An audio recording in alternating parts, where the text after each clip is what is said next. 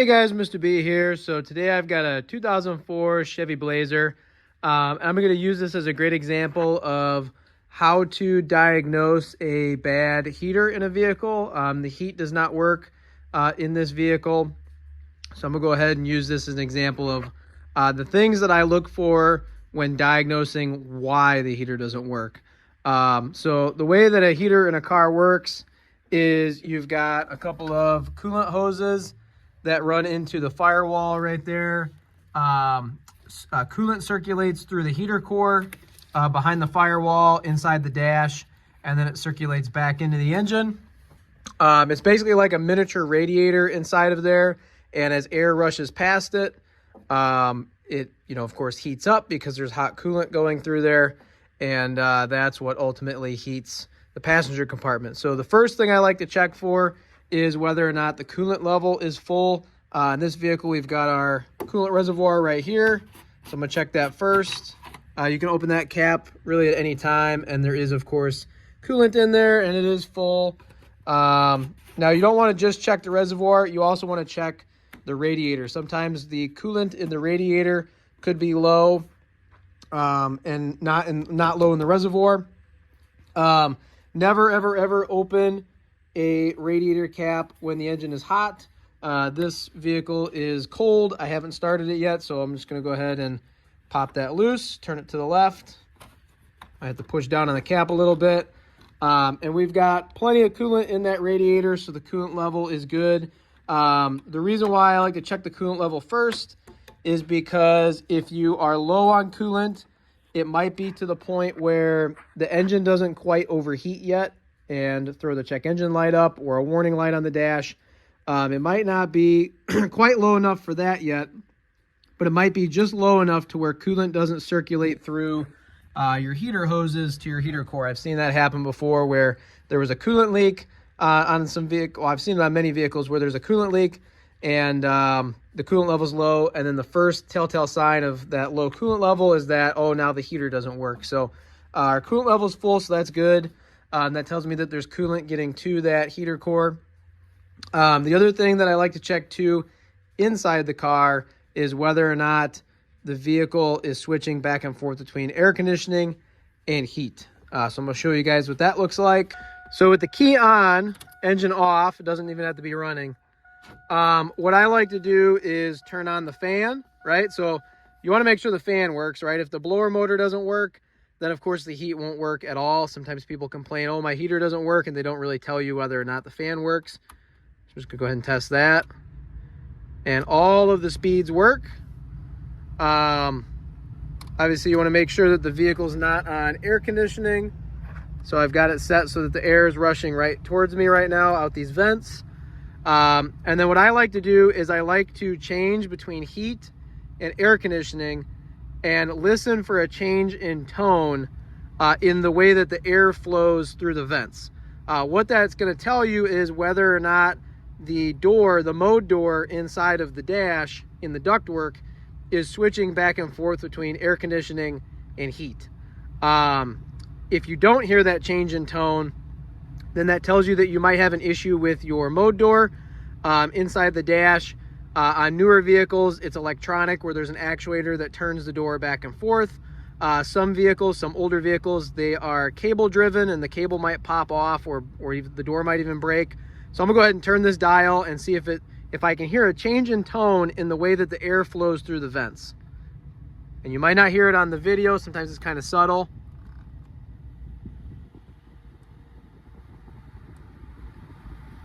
And I could definitely hear a change in tone. Honestly, when I switched to air conditioning, the air started rushing faster out of those vents.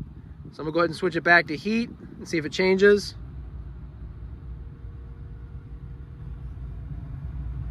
And I definitely noticed a difference there as well. So there's less air rushing out the vents on heat versus air conditioning. And I heard a change in tone with the way that the air was flowing through the ductwork inside the dash. So that tells me right there that the mode door is switching back and forth between heating and cooling. So everything on this panel is working properly. All the electronics are working properly. Our coolant level is full. So the next thing I'm going to check for is I'm going to go ahead and start the vehicle and I am going to let it warm up. The main thing I want to look out for is my coolant temperature. So obviously it's low right now, the temperature is low, but you want it to be right around 190 to 210 degrees Fahrenheit in order for that heater to work properly. If it doesn't warm up and the coolant temp doesn't get up to right around that 200 to 210 mark, you could have a bad thermostat that's opening too soon. So coming right out of this outlet here is where the thermostat is. If that thermostat is stuck open, obviously you can't see it inside of there because it's inside of there, but if that thermostat is stuck open, it won't allow coolant to stay inside of the engine block long enough to heat up to give you heat. If it's stuck open, of course the engine won't ever overheat, which is good but also bad if you want your heater to work. So if your thermostat is stuck open and your coolant temperature just doesn't get up to temp, then that could be why your heater doesn't work as well, and then you have to change out your thermostat for a new one, and then get the coolant temperature back up to where it's supposed to be.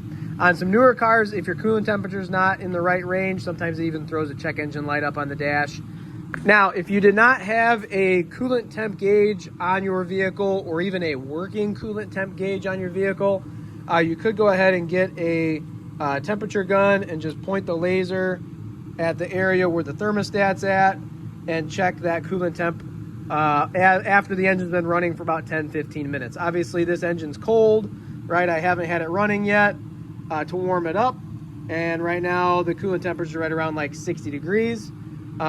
So you know, obviously right now the heat's not going to work because the engine's cold, but you could use this method to check your coolant temperature if you didn't have a coolant temp gauge on your vehicle. I got lucky enough where this car does have a coolant temp gauge. So at this point, what I'm gonna do next is I'm gonna go ahead and start this vehicle. I'm gonna open my garage door, get it started, get it running, and just let it warm up for like 10-15 minutes. And then I'm gonna come back and check my heater hoses to see if there's coolant flowing to the heater hoses, and then obviously coming out of the heater core as well.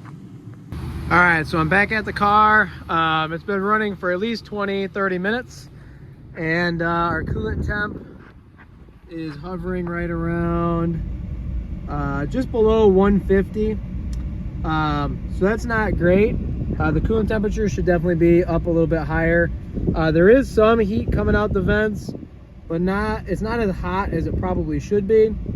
So what I suspect there to be on this vehicle is a bad thermostat. I don't think that the thermostat, based on the coolant temperature, is opening at the right time. Actually, I know it's not opening at the right time, and it's not allowing that coolant to warm up enough inside the block. We've got a heater hose connection down behind the alternator. If I check the temperature there, we're hovering around 100. The coolant temperature coming out of the thermostat housing there is right around 130, 140, maybe 150. So that tells us that the coolant temp gauge is accurate. So it's not like we have a bad gauge in the dash. It's just that the engine's not getting all the way up to operating temperature because the thermostat is opening too soon and not allowing some of that coolant to stay in the engine and warm up. Now, the other thing you can do too to test whether or not the heater is working properly is you can grab a hold of the heater hoses.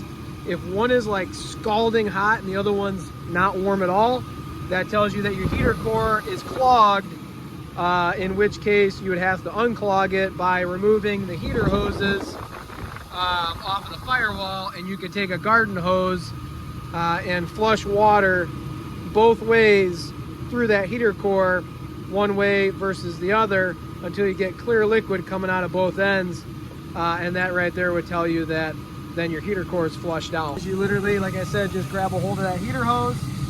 If this one right here feels super hot and the other one next to it is lukewarm or even cold, then that tells you that your heater core is clogged.